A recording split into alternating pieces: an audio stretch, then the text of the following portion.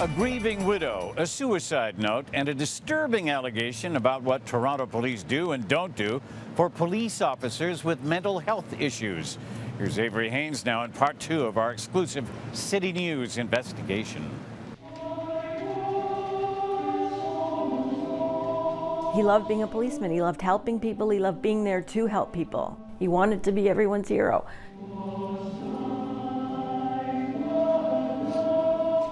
Nine days ago, Heidi Rogers had to start referring to her husband in the past tense. He left me a note saying, I tried to get help, but no one would listen. It shouldn't be that way. His name was Richard Timothy Rogers, but everyone called him Bucky, 24 years a Toronto police officer. They can't hurt him anymore. They is Toronto Police. I want in his memory to make some changes so that this doesn't happen to some other woman who comes home and finds her husband like that. Like that is hanging in the bedroom, Bucky's loyal dog at his feet. I don't want to cry. I want to be strong for him. Heidi and daughter Lori say 13 months ago, Bucky went to his supervisors to tell them about severe stress, anxiety, panic attacks. When Bucky went into his superiors and said, I am suffering from a mental illness, what was he told to do?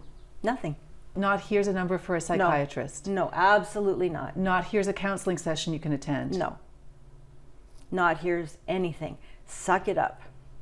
That meeting was 2 hours. He told me it was the worst experience of his life. And what happened next, they say, had a direct impact on Bucky's ultimate decision. He was bullied about coming forward. They played practical jokes on him. Emails were sent around about him, about what he was going through. They hid his memo books on him. You know, they would torment him. In his suicide note, Bucky writes, I blame the Toronto police for putting me in this state.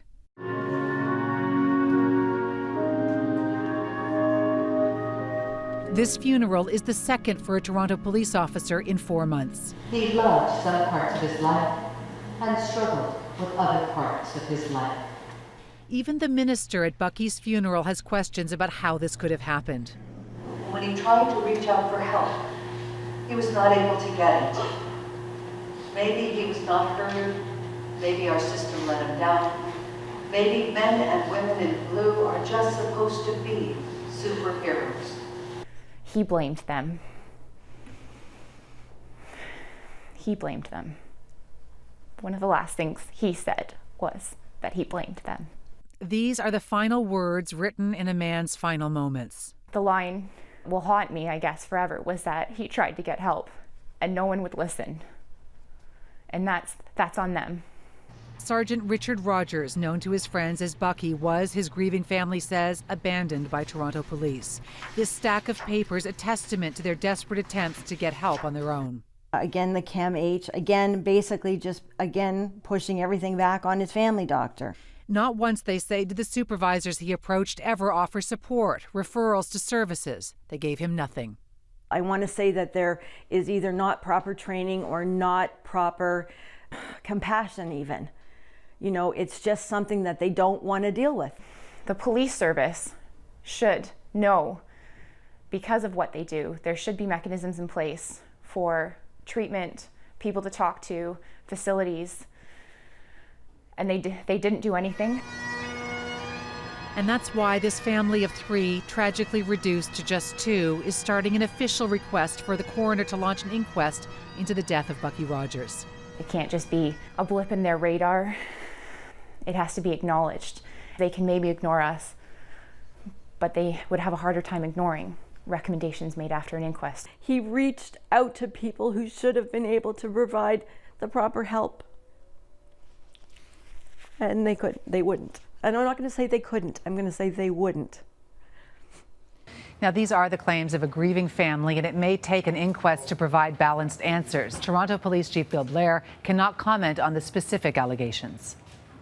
If I were to tell you that somebody went into their superintendent and said, I am really struggling, I am suffering severe depression, PTSD, anxiety, and they were offered no services whatsoever, would that surprise you? Yeah, it would. It would, quite frankly. We've got a well-publicized program, and we have those services available. We have full-time psychologists on staff, and they're busy. They're very active, and they're proactive within our organization, going out and letting people know what services are available.